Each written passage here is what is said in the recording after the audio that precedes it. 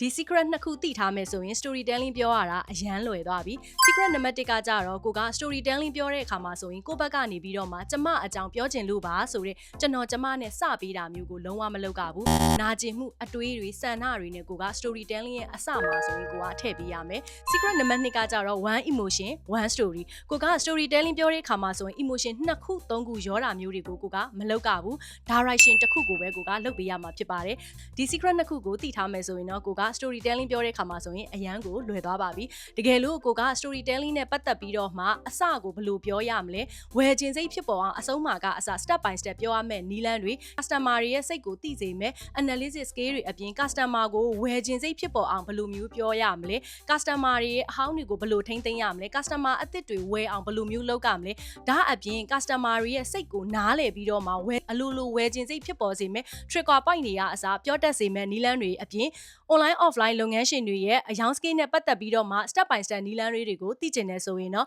market selling strategy ဆိုတဲ့အပြင်တွေ2ရက်တာသင်တန်းကြီးမှာလာပြီးတော့ဆုံလို့ရပါပြီကျေးဇူးတင်ပါတယ် coach E ပါ